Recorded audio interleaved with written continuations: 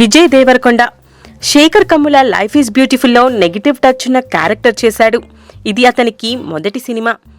పెళ్లి చూపులు అనే చిన్న సినిమాతో ఓవర్ నైట్ స్టార్ అయిపోయాడు. రీసెంట్గా ద్వారకా మూవీతో ఆడియన్స్ ముందుకొచ్చాడు. మంచి టాక్ తెచ్చుకొని హౌస్ఫుల్ కలెక్షన్లతో రన్ అవుతుంది.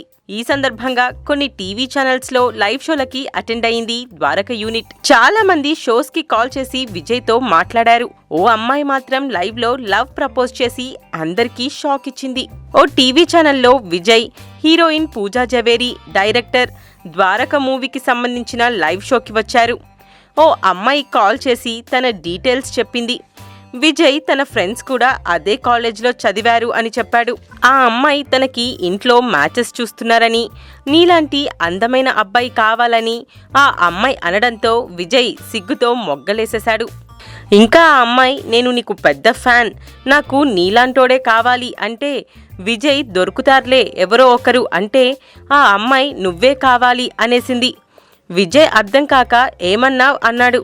దీంతో యాంకర్ కాల్ కట్ చేసింది. ఊహించని ఈ పరిణామానికి విజయ్ ఒకంత షాక్ కి గురయ్యాడు. Please subscribe. Please do subscribe. Please subscribe. Do subscribe. Please subscribe. Please subscribe. Please subscribe to TFC Media YouTube channel.